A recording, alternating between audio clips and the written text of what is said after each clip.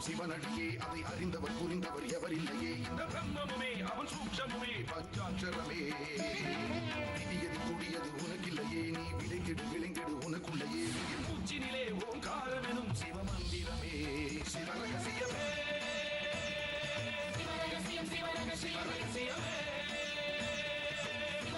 சிவரகசியமே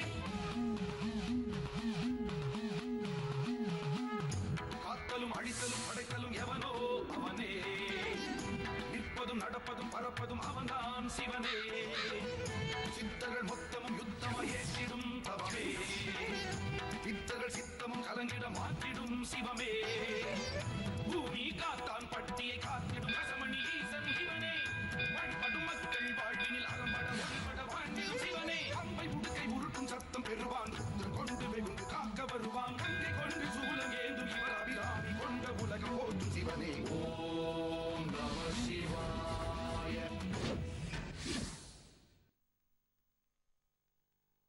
பாரப்பா அகண்டவெளி சுத்த காணல் பார்ப்பதற்கோ அங்கொன்றும் இடமே இல்லை நேரப்பா ரவி கோடி வன்னி கோடி நேரான மதி கோடி கண்ணோ கூசும் ஆரப்பா அளவிட்டார் கண்டோர் வீதி அதற்குள்ளே செல்லரிது மைந்தா போ போ காரப்பா குகை என்று பட்டம் கட்டி கடும் குளிகை சோடிட்டு கலந்திட்டேனே சட்டை முனி சித்தர்.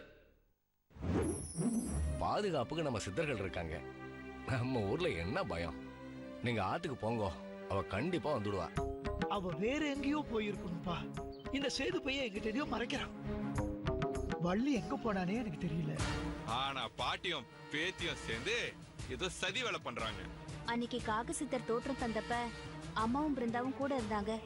அதோட ரஞ்சினியும் ஒரு வேண்டுதலோட துணைக்கு வந்ததால எந்த பயமும் இல்லைன்னு. அவன் நல்லபடியா வனத்துக்கு போயிட்டு மூலிகை பறிச்சுட்டு வந்துட்டால. அடுத்தது என்ன ஆகணுமோ அதை பாருங்க வைத்தியர். அடுத்து என்ன ஆகணும்னா இவ கொண்டு வந்த மூலிகையை வச்சு இவனுக்கு நான் வைத்தியம் பார்க்கணுமா? பேசவே மாட்டேன்னு இருக்கிறனா இவனுக்கு எப்படி வைத்தியம் பார்ப்பேன்? அதுவும் ஏன் அனுமதி கேட்காம எனக்கு தெரியாம வனத்துக்குள்ள போயிட்டு வந்தவளுக்கு தெரியாதா கொண்டு வந்த மூலிகையை யாரை வச்சு வைத்தியம் பார்க்க வைக்கணும்னு? தாய் தந்தை குரு தெய்வம்னு சாமியை கடைசியா தான் சொல்லியிருக்காங்க. அப்பாவோட காகசித்தர் சொன்னதுனாலதான் போனான்னா அப்ப அவரே வந்து வைத்தியம் பார்க்கட்டும். இதோ பார்க்கண்ணா, நான் யாருக்கும் வைத்தியம் பார்க்க மாட்டேன்னு சாமி முன்னாடி சத்தியம் பண்ணிருக்கேன். புள்ளியா இருந்தாலும் சரி, யாரா இருந்தாலும் சரி, சத்தியத்தை என்னால மீறவே முடியாது. எல்லாத்தையும் அவங்களே முடிவெடுத்து செஞ்சுட்டாங்க. இதையும் அவங்களே பாத்துக்கிட்டோம். நான் போறேன். அப்பா அப்பா என்ன மன்னிச்சிருங்கப்பா. உங்களை மதிக்க கூடாதுன்னு நான் என்னைக்குப்பா நினைச்சிருக்கேன். அண்ணனுக்கு பார்வை கிடைச்சிருச்சுன்னா நீங்க ஆசைப்பட்டபடியே வைத்திய தொழிலையே தொடர்ந்து செய்யறேன்னு சொல்லுதுப்பா. அண்ணன் பழைய மாதிரி எல்லாம் இல்லப்பா.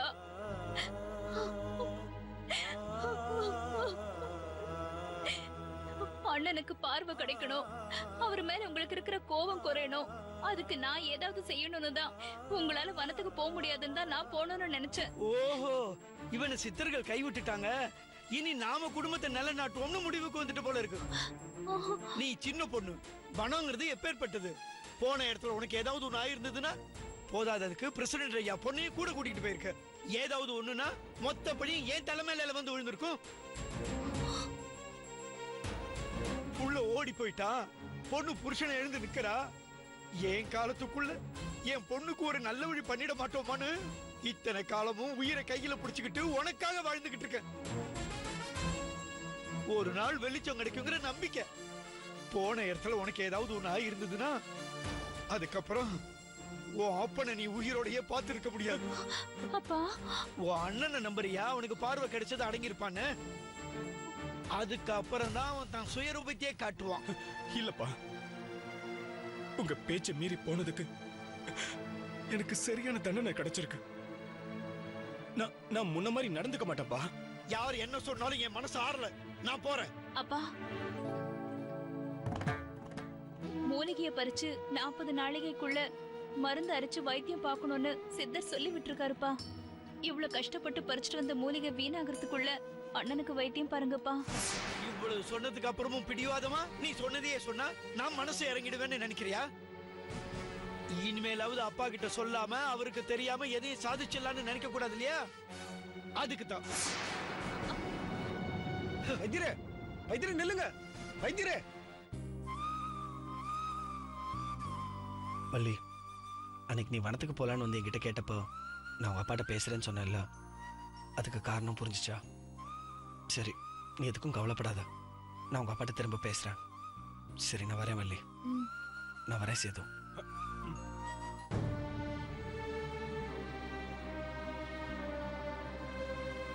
எனக்கு பார்வை கிடைக்காம போனாலும் பரவாயில்ல. என்னால அப்பாவோட வெறுப்புக்கு நீ ஆளாடாத. நான் தான் உனக்கு சொல்லி கொடுத்து நீ அப்பாவோட பேச்சை கேட்கறது இல்லைன்னு அவர் நினைக்க போறாருமா. அவர் நினைச்சா நினைச்சுக்கிட்டோன்னு அப்பா பேசுறது நடந்துக்கிறது எதுவுமே சரி கிடையாது. காக்கை சித்தர் சொல்லிதானே நான் வனத்துக்கே போனேன். நான் அவர்கிட்டயே நியாயத்தை கேட்டுக்கிறேன்.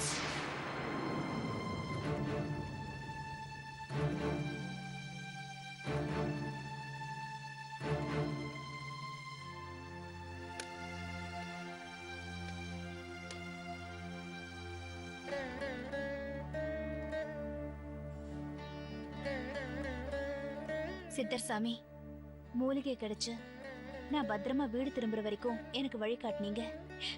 ஆனா இப்ப அப்பா வைத்தியம் பார்க்க மாட்டேன்னு சொல்லிட்டு போயிட்டாங்களே. இந்த மூலிகையை வச்சுக்கிட்டு நான் என்ன பண்ணுவேன்? உங்க அருளால நான் எடுத்த முயற்சி எல்லாம் வீணா போயிடுமா? அண்ணனுக்கு பார்வை கிடைக்காதா? இப்போவும் நீங்க தான் எனக்கு ஒரு வழி காட்டணும் சாமி. நீங்க தான் வழி காட்டணும்.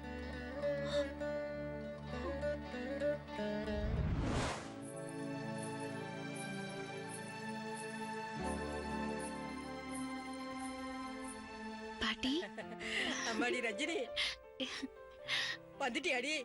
எங்க உன்னை காணமேனு வாசலை பார்த்து பார்த்து எனக்கு கண்ணே பூத்து போச்சு. உங்க அப்பா வந்துட்டாண்டி, உன்னை கேட்டா. நீ கோயிலுக்கு போயிருக்கேன்னு சொன்னதுக்கு காலையில போனவ இன்னும் வரலன்னு உங்க அண்ணன் போட்டு கொடுத்துட்டான். ஐயோ பாட்டி, அப்புறம் உன் சிநேகிதி தங்கச்சி வயசுக்கு வந்துட்டா, அதுக்கு இன்னைக்கு சடங்கு வச்சிருக்காங்க, அத பார்க்க போயிருக்கேன்னு சொல்லிட்டேன்.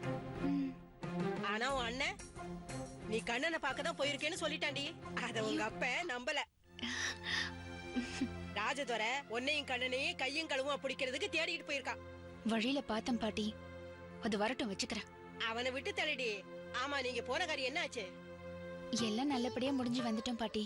வள்ளிய கண்ணனுக்கு மூலிகை கிடைச்சிருச்சு. என்னாலதான் வனக்கன்னிமார்களை தரிசனம் பண்ண முடியல. ஏண்டி? வனத்துல எங்களுக்கு ஒரு சித்தர் துணைக்கு வந்தாரு.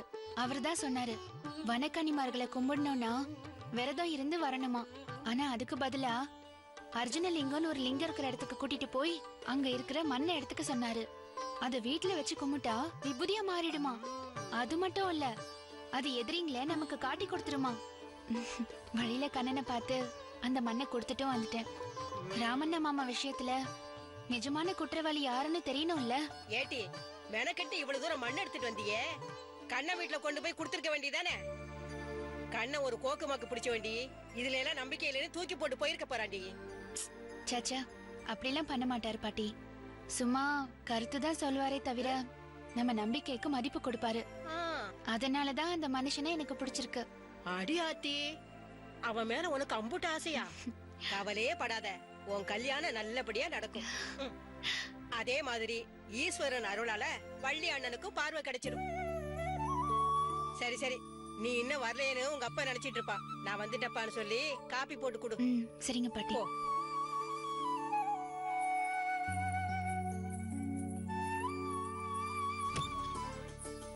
அப்பா. என்னம்மா, வந்துட்டியாமா?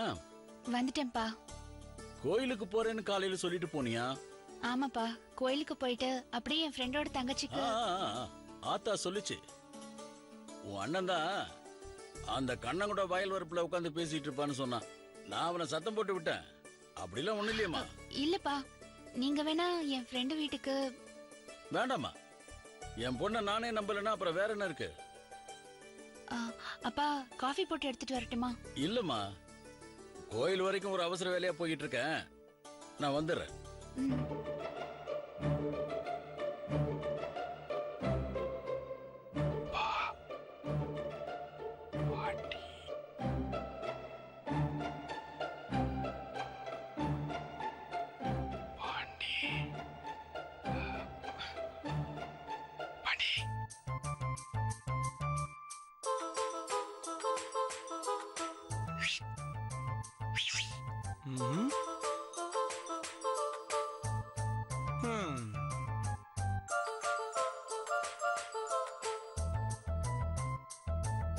ஏய்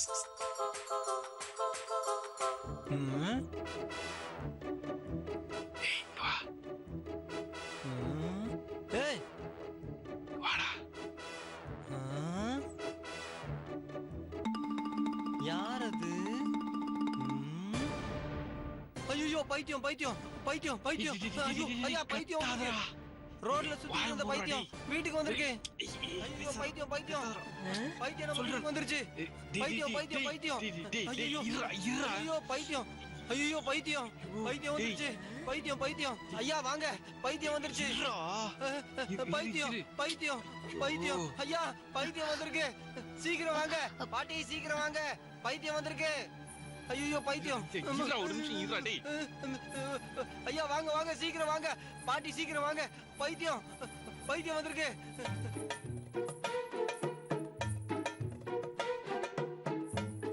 ஆமா பைத்தியம் தான். அடியே ரஞ்சனி எங்கேயும் சோறு கிடைக்கல போல இருக்கு. பசியோட வந்திருக்கா. கொஞ்சம் சோறு போட்டு கொண்டு வாடி. ஏய் கிழவி, நான் பைத்தியம் இல்ல, ராஜதுரை. ராஜதுரையவா?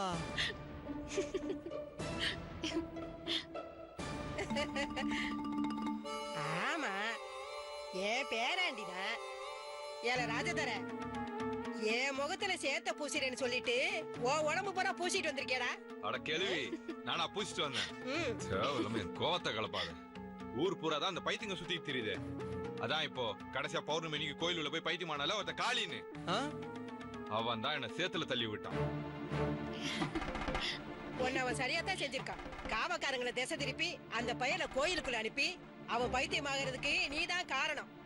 அப்ப அவன் தள்ளி விட்டது சரிதானே? பேராண்டி அவன் விஷயத்துல கொஞ்சம் கவனமா இருந்துக்க. அவன் வந்து உன்னை கடிச்சிட போறான். அப்புறம் என்ன ஆகும்னு தெரியுமில்ல? அவனை மாதிரி நீயே அலைய வேண்டியதான். கேள்வி என்ன கொண்டாட்டமா இருக்கா? அப்புறம் வச்சுக்கிறேன். அப்பா இந்த பைத்தியங்கள் எல்லாம் ஒரு முடிவு கட்டுங்கப்பா. எல்லாரையும் இந்த ஊரை விட்டு துரத்தி அனுப்புங்க. ஏய் அத்தனை பைத்தியங்களை அனுப்புறது என்னடா? ஒருத்தனை அனுப்புனா போதும் எல்லாம் சரியாயிடும். வந்துச்சு பாரு எனக்குன்னுட்டு. இது எப்படி இருக்கு? ஆமா நீ எப்ப வந்த வீட்டுக்கு? நான் எங்க போன வரத்துக்கு? ஓ என்கிட்டயே வா. உனக்கு முன்னாடி எனக்கு காது குத்தியாச்சுமா. நீ எங்க போன ஏது போன எனக்கு நல்லா தெரியுமா. உன்னை கையங்காலமா பிடிக்கணும்னு நினைச்சேன். அதுக்குள்ள இப்படி ஆயிடுச்சு. இன்னைக்கு நீ தப்பிச்சிட்ட. ஆனா ஒரு நாள் கண்டிப்பா என்கிட்ட மாட்டுவ. அப்படியா? நான் மாட்டுறது அப்புறம் பாத்துக்கலாம். அண்ணே நான் கோயிலுக்கும் போல யார் வீட்டு சடங்குக்கும் போல. கண்ணனை பார்க்க தான் போனேன். இன்னைக்கு பூரா நான் அவர் கூட தான் இருந்தேன். கூடிய சீக்கிரம் எங்க கல்யாணமும் நடக்கதான் போகுது. நீயும் எங்களுக்கு அச்சத்தை போட்டு வாழ்த்துதான் போற. ஏன்னா நீ எனக்கு அண்ணன் இல்ல. நீ தானே ஓடி ஆடி என் கல்யாணத்தை நடத்தி வைக்கணும். நான் நடத்தி வைப்பனா? உன் கல்யாணத்துக்கு அப்பாவே சம்மதிக்க மாட்டார் தெரியும்ல. அப்படி அவரே சம்மதிச்சாலும் நான் சம்மதிக்க மாட்டேன் தெரியும்ல. போடா அவன் கிடக்குறாண்டி. ஈஸ்வரன் அருளால உன் கல்யாணம் ஜாம் ஜாம்னு நடக்கும்.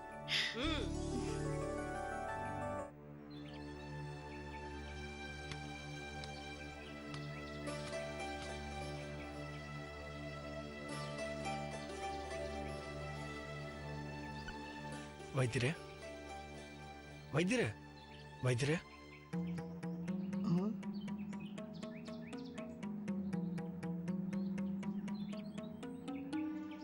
கண்ணா நீ இன்னும் வீட்டுக்கு போகலையா?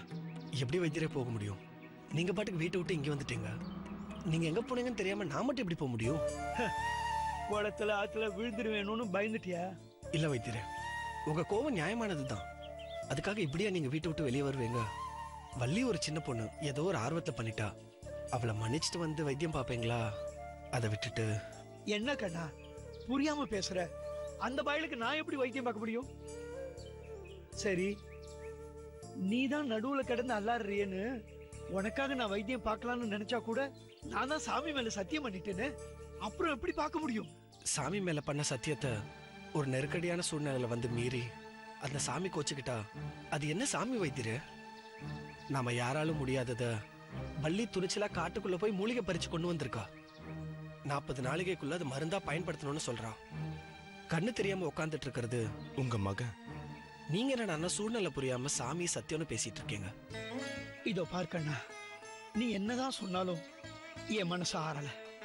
எவ்வளவுதான் சொன்னாலும் நீ சாமி மேல நம்பிக்கை இல்லைன்னு சொல்றியோ அதே மாதிரி தான் எனக்கு சாமி கிட்ட இருக்கிற நம்பிக்கை. சத்தியங்கிறது நினைச்சா பண்ணிக்கிறதும் தேவையில்லைன்னா வாபஸ் வாங்கிக்கிற மாதிரியான சமாச்சாரம் கிடையாது. உயிர் மாதிரி. உயிர் போனா போனதுதான், திரும்பி வராது. அதே மாதிரி தான் சத்தியத்தை மீறதும். மீறிட்டா அப்புறம் என்ன இருக்கு? இதோ பார்க்கண்ணா, உன்னை பார்க்கும்போதுதான் இங்கேயும் அங்கேயும் அல்லாடுறியேன்னு எனக்கு கவலையா இருக்கு. ஒருவேளை உனக்காக ஒத்துக்கிட்டா கூட நேத்திர மூலிகையே எப்படி மருந்தாக்குறதுங்கிறது எனக்கு அனுபவம் கிடையாது. வீட்டுல இருக்கிற ஏடு புத்தகங்களை புரட்டி பார்க்கலன்னா கூட எல்லாம் செல்லரிச்சு கிடக்கு. ஒரு நோய்க்கு எந்த மருந்தை எந்த பக்குவத்துல கொடுக்கணும்னு எனக்கு அடிப்படையா தெரியும்னாலும் அதையும் மீறி ஒரு கணக்கு இருக்கு. 5 விஷயங்கள் ஒண்ணு சேரணும். வெறும் மூலிகை சார் மட்டும் வேலை செய்யாது. ஒரு வைத்தியனோட கைராசி, போற காலம், மருந்து, அதை ஏத்துக்கிற தேகம், இப்படி எல்லாம் ஒண்ணு சேரணும். முழு மனசு இல்லாம அறகுறையா ஒரு கட்டாயத்துக்காக வைத்தியம் பார்த்தா அது நோயாளிக்கு எதிராகவே முடிஞ்சிடும். நான் வீட்லயே இருந்தா வள்ளி அழுது ஆர்ப்பாட்டம் பண்ணி என் மனசை மாத்த முயற்சி பண்ணுவா. நானும் ஒத்துக்கிற மாதிரி ஆயிடும். ஆனா அதனால எந்த பலனும் இல்ல. அதான் நான் வீட்டை விட்டு வெளியில வந்துட்டேன். நீ வீட்டுக்கு போப்பா. என்ன நடக்கணுமோ அது தானாவே நடக்கும். என்னமோ வைத்தியரே, வள்ளி கஷ்டப்படுறது, அவ உங்களுக்காக காத்துட்டு இருக்கிறது, இதெல்லாம் கொஞ்சம் நினைச்சு பாருங்க. நான் கிளம்புறேன்.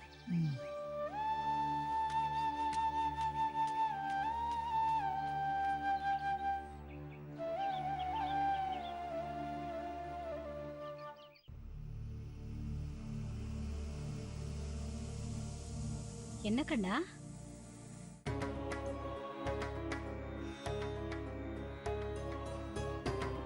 என்னடா, ஏன் முகத்தை இப்படி தொங்க போட்டுட்டு இருக்க? எங்க போன இடத்துல ஏதாவது பிரச்சனையா? என்ன கண்ணா, அம்மா கேட்டுக்கிட்டே இருக்காங்க, பதில் சொல்ல மாட்டேங்கிற? அம்மா, அந்த வள்ளி வனத்துக்கு போய் மூலிகை பறிக்கணும்னு கேட்டப்ப நான் என்ன சொன்னேன்? நாமெல்லாம் வனத்துக்கு போக கூடாது, உங்க அப்பாட்ட பேசுறேன்னு சொன்னேன்னா இல்லையா? ஆனா நான் போன சமயம் பார்த்து காக்கை சித்தர் வந்து வள்ளிய வனத்துக்கு போன்னு சொன்னாராம். இந்த விஷயத்தை நீங்களும் மறைச்சிருக்கீங்க என்கிட்ட இருந்து. வைத்தியர் திருநெல்வேலிக்கு போன சமயம் பார்த்து வள்ளியும் ரஞ்சினியும் வனத்துக்கு போயிட்டு வந்திருக்காங்க. அப்படியா? வனத்துக்கு போய் மூலிகையை பறிச்சிட்டு வந்துட்டாங்களா? ரொம்ப ஆர்வமா கேக்குறியக்கா. போன இடத்துல அந்த 2 வயசு பொண்ணுங்களுக்கு ஏதாவது ஆயிருந்துச்சுன்னா? அது எப்படி ஆகும்? அவங்களை அங்க போக சொன்னதே காக்கை சித்தர் தான். அவரே அவங்களுக்கு பாதுகாப்பா போயிருப்பார்ல. இதோ இப்ப மூலிகை அவங்க பறிச்சிட்டு வந்துட்டாங்க. இப்பவாவது சித்தரோட மகிமை என்னன்னு புரிஞ்சுக்க. அட போங்கம்மா, நீங்க வேற. சின்ன பொண்ணுங்களை வனத்துக்குள்ள அனுப்புறதுக்கு அவரே மூலிகை எடுத்துட்டு வந்து கொடுத்துருக்கலாம்ல. அவ்வளவு சக்தி வாய்ந்தவர்னு சொல்றீங்க, சேதுக்கு அவரே பார்வையை வர வச்சிருக்கலாம்ல. ஆனா இப்ப வள்ளி கஷ்டப்பட்டு மூலிகை பறிச்சுட்டு வந்து கூட பிரயோஜனம் இல்ல. ஏ, வனத்திலேருந்து இவங்க வீடு திரும்புறதுக்குள்ள ஊருக்கு போன வைத்தியர் வீடு திரும்பிட்டாரு. தனக்கே தெரியாம வனத்துக்கு போயிட்டு வந்ததுக்காக கோச்சுக்கிட்டு உங்களை போக சொன்ன காக்கை சித்தர் வந்து வைத்தியம் பாப்பாருன்னு அவர் கோச்சுக்கிட்டு வீட்டை விட்டு போயிட்டாரு. என்னக்கா நான் சொல்றேன்? அம்மா, நான் போய் எவ்வளவோ சமாதானம் செஞ்சோம். இந்த மூலிகையை எப்படி மருந்தா தயாரிச்சு வைத்தியம் பாக்குறதுன்னு தனக்கு தெரியாதுன்னு சொல்லி வீட்டுக்கே போக மாட்டேன்னு மறுத்துட்டாரு. இதுல என்ன கொடுமைனா, மூலிகை பறிச்சு 40 நாளிகைக்குள்ள மருந்து அரைச்சு வைத்தியம் பார்க்கலன்னா இல்லைன்னா அந்த மூலிகைக்கே சக்தியே இல்லாம போயிடுமா. இப்பயே பாதி நேரம் போயிடுச்சு. இன்னும் கொஞ்ச நேரத்துக்குள்ள சேதுக்கு வைத்தியம் பார்க்கணும். வைத்தியர் முடியாதுன்னு கையை தூக்கிட்டாரு. இப்ப அந்த காக்கை சித்தரை வந்து வைத்தியம் பார்க்க போறாரு. 2 பேரும் கஷ்டப்பட்டு வனத்துக்கு போயிட்டு வந்தது வீணா போகுது. கண்ணா, இது என்னடா முடிச்சு? வள்ளியோட போன ரஞ்சினி தாம் பங்குக்கு எதா செய்யணும்ல, அதுதான் இது. வனத்துல அர்ஜுன லிங்கம்னு ஒரு லிங்கம் இருக்கும். அங்கேருந்து மண்ணை எடுத்துட்டு வந்து பூஜையில வச்சு சாமி கும்பிட்டா நம்மளோட எதிரி யாருன்னு இதுவே காமிச்சு கொடுத்துருமா. நம்ம தான் அப்பாவோட விஷயத்துல என்ன நடந்துச்சுன்னு தெரியாம இருக்கோம்ல, அதுக்கு தான் இது கொடுத்து அமைச்சிருக்கா. மத்தவங்க சொன்னா கேட்டுக்க மாட்டேன், ரஞ்சினி சொன்னா நம்பிடுவியோ? அம்மா, அவ சொன்னதை நம்பிட்டேன்னு இப்ப யாரு சொன்னா? நமக்காக அவ இவ்வளவு தூரம் வனத்துக்குள்ள போய் நம்ம மெனக்கட்டு கொண்டு வந்திருக்காள்ல, அவ நம்பிக்கைக்கு நம்ம கொஞ்சமாவது மதிப்பு கொடுக்கணும்ல. அதனாலதான் நான் வாங்கிட்டு வந்தேன். இதை வச்சு சாமி கும்பிட்றதா இருந்தா கும்பிடுங்க, இல்லைன்னா நான் தூக்கி போட்டுறேன். டேய், அதெல்லாம் ஒண்ணு வேணாண்டா. நாங்க பூஜையில வச்சு கும்பிட்டுக்கிறோம், நீ போப்பா போ. என்னம்மா இது? மூலிகை கிடைச்சும் வைத்தியரோட பிடிவாதத்தால சேதுவுக்கு வைத்தியம் பார்க்க முடியாம போயிடுமா? அப்படிலாம் ஒண்ணாகாதுமா. அதுக்கும் காக்கி சித்தர் வழி பண்ணுவாரு.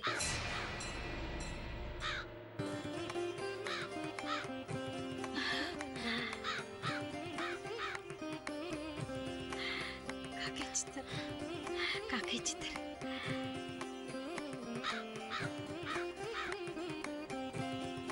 சித்தர் சாமி, நீங்க சொல்லி பிள்ளைங்க மூலிகை பறிச்சுட்டு வந்துட்டாங்க. ஆனா வைத்தியம் பார்க்க மாட்டேன்னு ஒரே பிடிவாதமா இருக்காராம். பறிச்சிட்டு வந்த மூலிகை எல்லாம் வீணாகி சேதுவுக்கு பார்வை கிடைக்கலனா பள்ளி பிரயாசைப்பட்டதுக்கு எந்த பிரயோஜனமும் இல்லாம போயிடும் சாமி. நீங்க தான் வைத்தியரோட மனசை மாத்தி வைத்தியம் பார்க்க வைக்கணும்.